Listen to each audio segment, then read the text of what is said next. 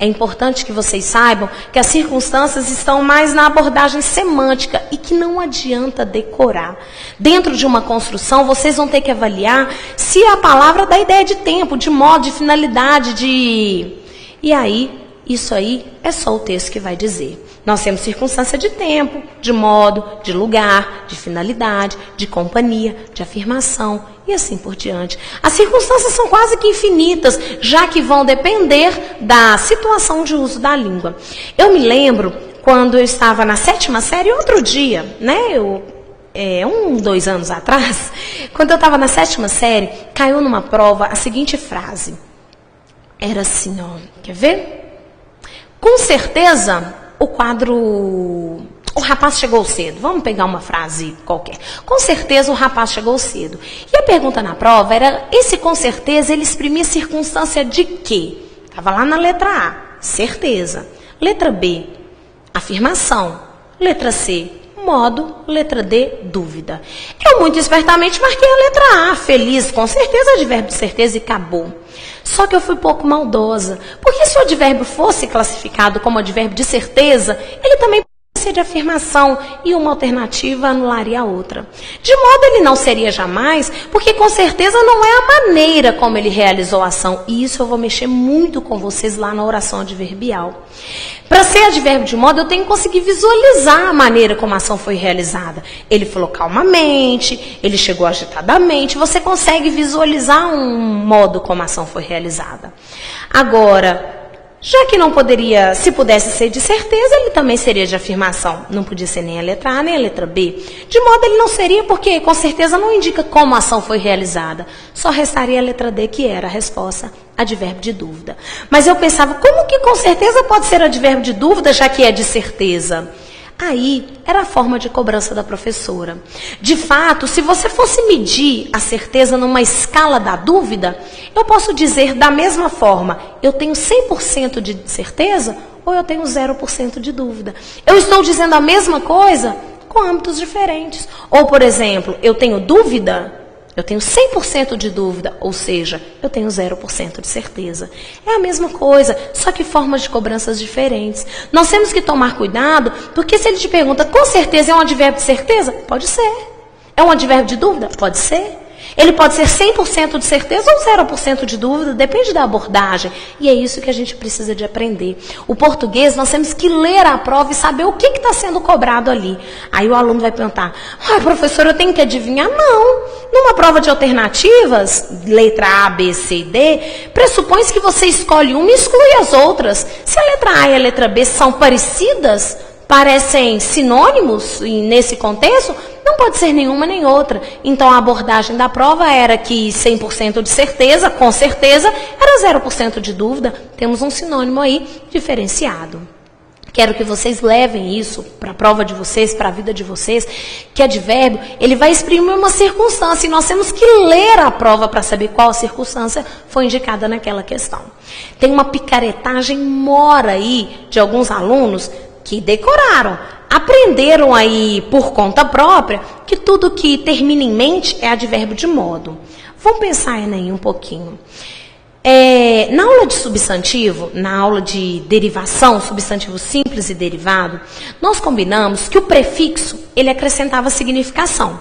Feliz é um adjetivo. Infeliz é um adjetivo que indica negação. E que o sufixo, além de acrescentar sentido, ele podia ter uma outra função, que era mudar a classe gramatical. Isso não é regra, é uma possibilidade. Quando você pega, por exemplo, feliz é um adjetivo. Com o sufixo felicidade, deixa de ser um adjetivo e passa a ser um substantivo. Da mesma forma, seria a construção de advérbios na língua portuguesa. Existem palavras que já são advérbios, cedo, tarde, não. Nós temos aí, descontextualizadamente, advérbio. Cedo, advérbio de tempo, não, advérbio de negação e assim por diante. Acontece que existem palavras que são construídas a partir de hoje e se tornam advérbios.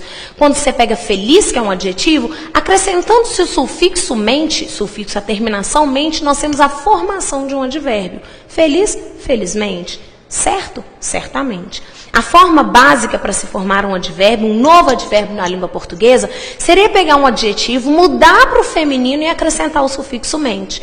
Quando você pega, óbvio, obviamente. Esperto, espertamente. Claro que os adjetivos que não têm feminino acrescentariam apenas os sufixos. Mas, de uma forma geral, põe no feminino e acrescenta mente. Daí a afirmação de que tudo que termina em mente é advérbio. Cuidado. Dentro dessa construção, toda nova palavra construída no português em que se acrescentou o sufixo mente, nós temos aí, de fato, um advérbio.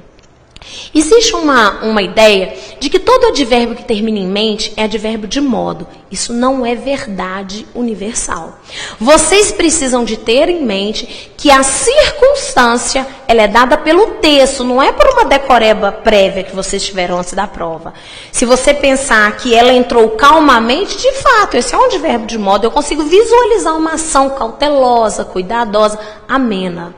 Agora, se eu digo, infelizmente, Joãozinho morreu, infelizmente é o modo como Joãozinho morreu, de jeito nenhum. Isso está muito mais próximo de um advérbio de opinião, na verdade, está muito mais ligado, esse infelizmente, está muito mais ligado àquilo que eu penso sobre a ação verbal do que a ação em si. De fato, nessa frase, infelizmente, Joãozinho morreu, eu estou dizendo que, nossa, sacanagem, eu não concordo, Joãozinho devia ter morrido. Isso não foi uma coisa boa de se acontecer. Esse, de fato, não seria, dentro da questão, um advérbio de modo. Então, falou em circunstância, nós vamos ter que ler na prova. E vamos lembrar de uma coisa. O fato de você interpretar de um jeito não quer dizer que a interpretação do outro esteja errada. O fato de você imaginar que com certeza é um advérbio de certeza, não quer dizer que ele exprima também circunstância de dúvida. De nenhum por cento de dúvida. Então, o mais seguro é você avaliar a questão e ver se a leitura da prova está correta. E não a única leitura que você acha que está. E não uma única leitura que você fez e acha que está correta. Agora nós vamos entrar num outro campo do advérbio, que é um campo super questionável, que era a questão da flexão. Durante muito tempo decorou-se, advérbio é invariável. De fato, essa noção ela ajuda quando a gente quer diferenciar o advérbio do adjetivo. A gente pensa assim, por exemplo, o professor é alto, adjetivo. Por que se eu mudar o professor para professor, vai ficar a professora é alta? Percebe-se que existe uma relação entre alto e o substantivo, que vai definir essa palavra como adjetivo. Alto, nesse contexto, é adjetivo, porque se liga ao substantivo, é escravo dele, portanto, varia de acordo com ele. Numa outra frase, o professor fala alto. Se eu mudar para o feminino, a professora fala alto. Esse alto não variou de acordo com o substantivo, ele não está escravo do substantivo. Esse alto aí vai ser a maneira como ele fala, está ligado ao verbo. A não flexão me direciona a perceber que isso não é mais um adjetivo, mas é um advérbio. Acontece que essas generalizações no português, elas levam a algumas verdades que acabam nos induzindo ao erro. Vamos imaginar essa frase. Maria chegou, ação realizada. Posso dizer que cedo, exprime circunstância de tempo, cedíssimo, cedão, que é até uma variação coloquial. Cheguei cedaço, cedão, cedo demais. Essa ideia, viram que eu coloquei cedo, cedíssimo, cedão, cedaço, cedo demais. Na primeira expressão, cedo exprime ideia de tempo. Agora, essa variação oculta, correta, cedíssimo, além de exprimir a noção de tempo, nós temos aí uma intensidade junto. É como se eu dissesse Maria chegou muito cedo, ou seja, Maria chegou cedíssimo. Essa flexão, ela vai indicar que o advérbio não é como a gente fazia, tampava o olho e pensava. Advérbio é invariável. Não é assim. Ele tem uma flexão gramatical correta, perfeita, aceita por todos os gramáticos, que é a flexão de grau. Dessa forma, ele não pode, como colocamos anteriormente, vamos corrigir, ser tido como invariável e ponto. Nós vamos entender que existe uma flexão já própria para todos os advérbios, que é a flexão de grau, que vai indicar, além da circunstância prévia do advérbio, a ideia de intensidade. Nós vamos ver agora uma outra frase, porque no início, na hora que eu conceituei advérbio, eu disse duas coisas. Primeiro, eu disse que, em geral, era a palavra que se ligava ao verbo, indicando a circunstância em que a ação ocorreu. Mas eu fiz uma ressalva. Não uma ressalva, mas acrescentei uma outra informação. Eu disse que o advérbio também pode se ligar ao verbo, ou um adjetivo ou a um outro advérbio. Por exemplo, nessa frase, ela agiu muito bem. Eu poderia entender que muito está ligado ao agiu e que bem está ligado ao agiu. Muito intensidade, bem o modo. Só que, pera lá, eu fiz a frase para dizer que ela agiu com intensidade, muitas vezes, ou que eu fiz a frase para dizer o modo, a maneira como ela realizou a ação? Parece que nessa construção eu estou dizendo que Maria não agiu só bem, ela agiu muito bem. Esse muito intensifica o quão bem ela agiu, não é assim? Uma frase interessante seria, ela nada muito bem. Nessa construção, a frase não é para intensificar a quantidade que ela nada, mas o quão bem ela nada, não é? Vamos analisar essa frase e a primeira coisa que a gente acha é o verbo. O verbo seria o verbo agir, que é um verbo de ação. Depois que a gente acha a frase, a gente divide em 2 grupos. Ela seria a parte não verbal, agiu muito bem a parte verbal. Posso inclusive dizer para vocês que dentro dessa expressão agiu é um verbo de ação e, portanto, ele é núcleo. Fechou. E poderia acrescentar dizendo que ela é a parte mais importante, é a palavra mais importante da parte não verbal. Agora nós vamos ligar. Muito bem é a maneira como ela realiza a ação de agir. Dentro dessa estrutura, eu vou dizer que muito bem juntos. As 2 palavras juntas especificam o modo como ela realizou a ação de agir. Daí agora nós vamos lembrar que dentro de um grupo sempre tem uma palavra que é mais importante. Qual que será mais importante? Será que é muito ou será que é bem? Vamos pelo sentido.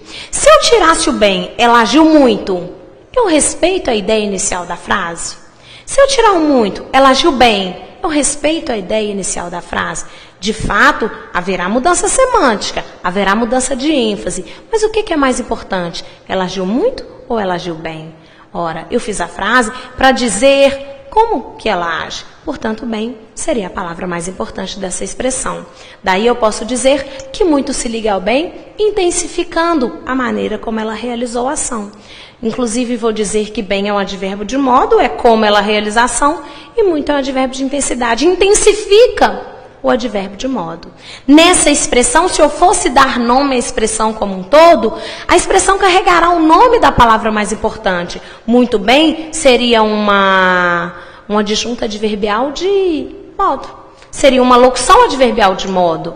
E aí nós vamos traduzir, nós vamos trazer a palavra mais importante dessa estrutura. E estou mostrando aí para vocês que bem é um advérbio que se liga ao verbo agir. O muito bem é uma locução adverbial que se liga ao verbo agir. Mas o muito não se liga ao verbo. O muito aqui está intensificando um outro advérbio, que é uma outra função já colocada aí anteriormente para o advérbio.